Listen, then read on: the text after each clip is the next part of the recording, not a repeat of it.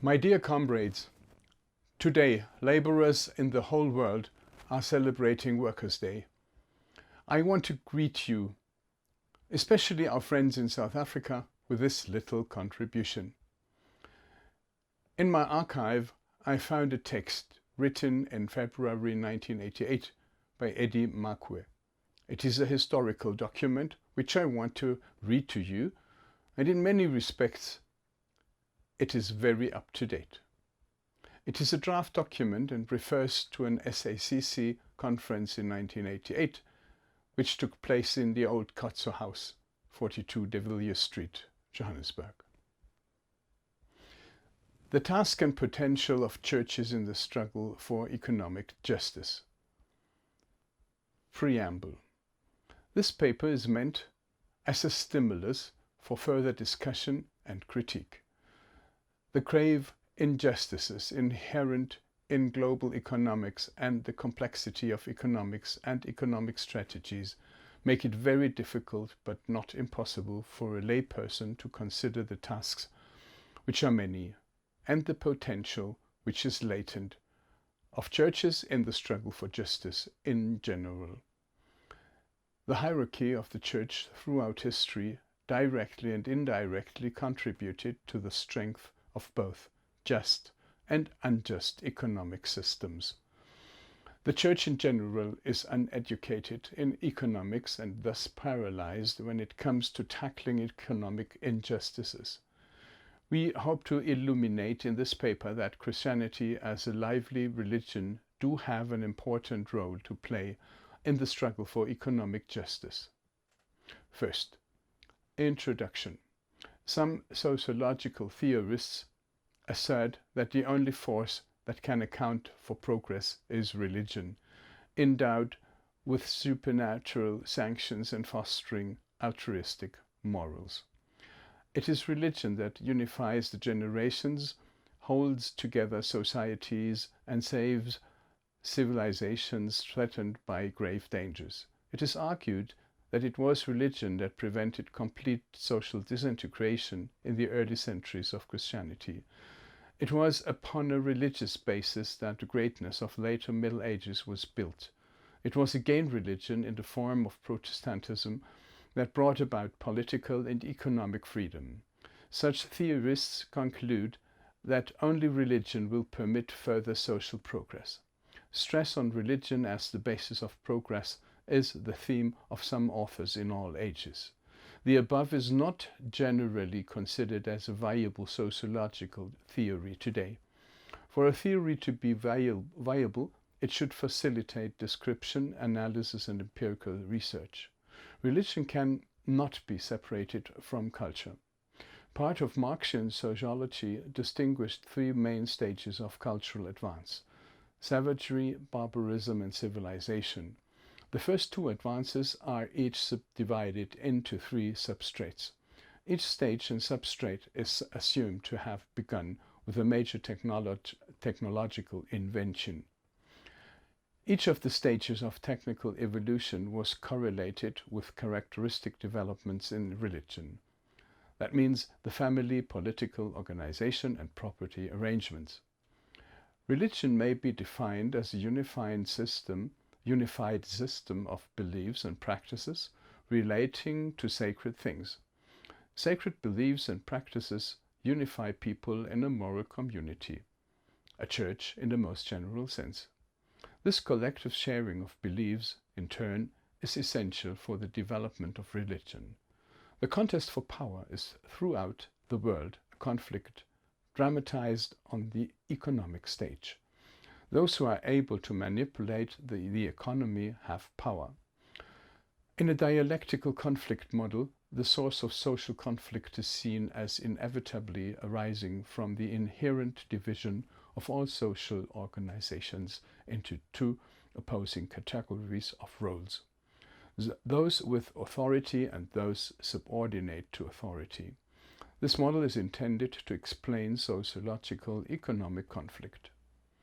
The basic dichotomous distinction is ever present. Society is composed of such associations imperatively coordinating ranging from a small informal group to large formal organizations or even an inclusive political unit such as the state.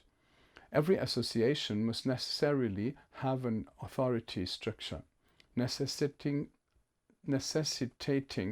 that some assume authority roles and the rest take on roles that are subordinate.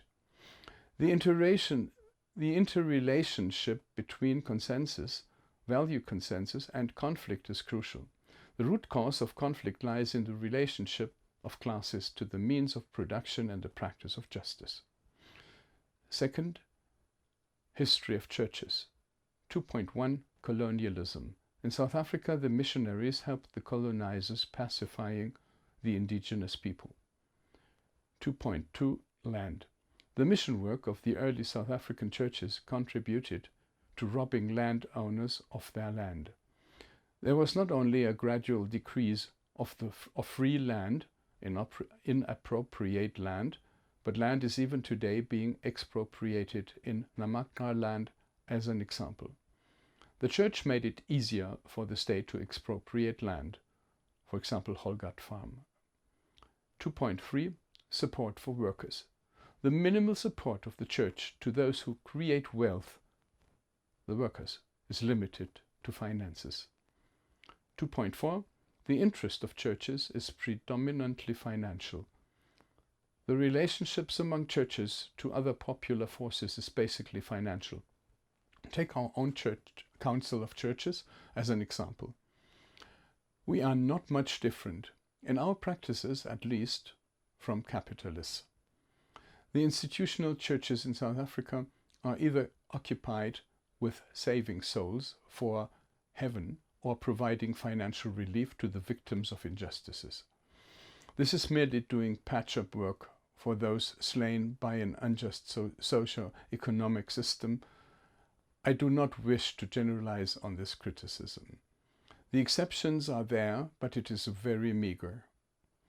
The leadership positions in the institutional church is dominated by those who are economically privileged. The base of the church is largely formed by those who are economically disadvantaged. The church is thus an important site of struggle for justice in general. Third, tasks of the church. Only after analyzing and understanding the above can we consider the tasks of the church, meaning the institutional church. 3.1 To seek justice not only for a particular group, race, class, or sex, but for all. 3.2 To work as co-creators. Start by modeling alternatives. 3.3 Supportive action. The church should develop and/or maintain effective systems of communication with relevant groups and organizations to work towards justice and to safeguard against working at cross purposes, to assist in identifying and exposing counter forces. 3.4 Contextualization. To place economic justice in its biblical, theological perspective and theologize in the context of its economic environment. Liaise and cooperate with economists and avail information to the base, the grassroots of the church in an effort to enable many to understand and appreciate the importance of economic justice. 3.5 Sanctions.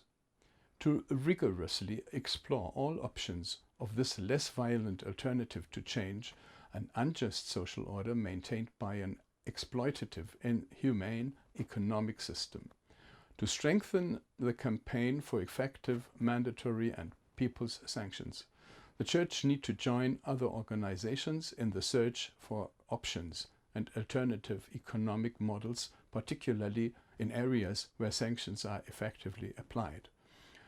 Should identify forms where the challenge is most critical, where people can respond from gut level. Ducho. Most guard against moving from active support to legitimation of non-involvement, divestment of Americans. 3.6 Education. Research indicates that 77% of South Africa's population are religious. The church as a religious structure is an important factor in educating congregants on A. labor matters, B. production, distribution and consumption, C. an alphabetization program on economic matters, D. analysis of sociological economic evils, E. evaluation on ethical principles, F.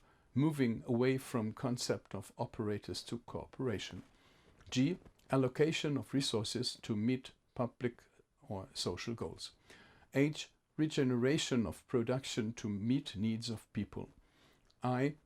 recognizing the need for a new political system, J. the fact that I am part of the economy, K. unlikelihood of an automatic or evolutionary collapse of the economy, L. importance of countering government strategies of adaptation. 3.7 Base communities. The success or failure of 3.6 depends on the establishment of and communication with base communities and congregants on the grassroots level. 3.8 Government strategies. Most governments are bad partners with those controlling economies.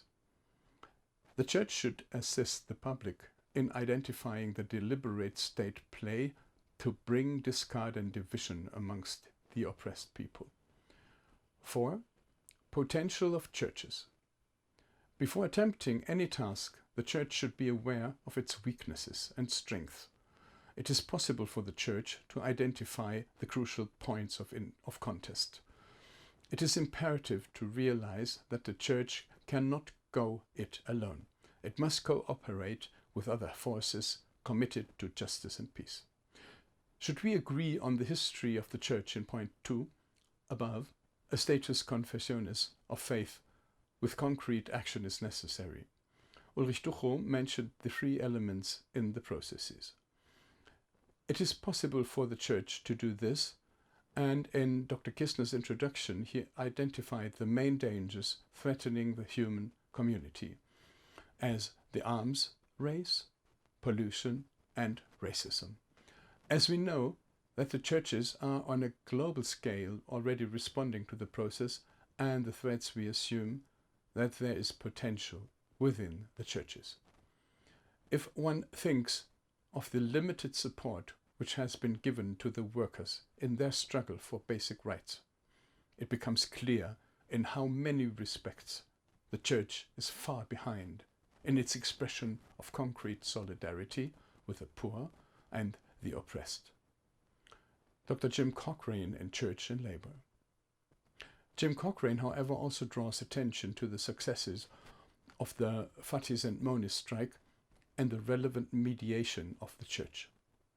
The churches do own massive tracts of land and buildings, as Reverend A. Beeman witnessed. Possibilities of using this land for subsistence farming can be explored, bearing in mind the restrictions. Churches do have a lot of space that other popular forces do not benefit under the emergency of the state. 5. Conclusion. There will be different interpretations and perspectives on economic justice. Agreement must be reached on how and which model or models can best meet the needs of the majority of South Africa's people. We cannot realize justice in South Africa without ignoring neighboring countries, especially Namibia. The struggle for economic justice in South Africa is inextricably bound to the struggle for peace in Southern Africa. Johannesburg, 24th of February 1988. I hope you enjoyed this text and maybe you can use it. Bye.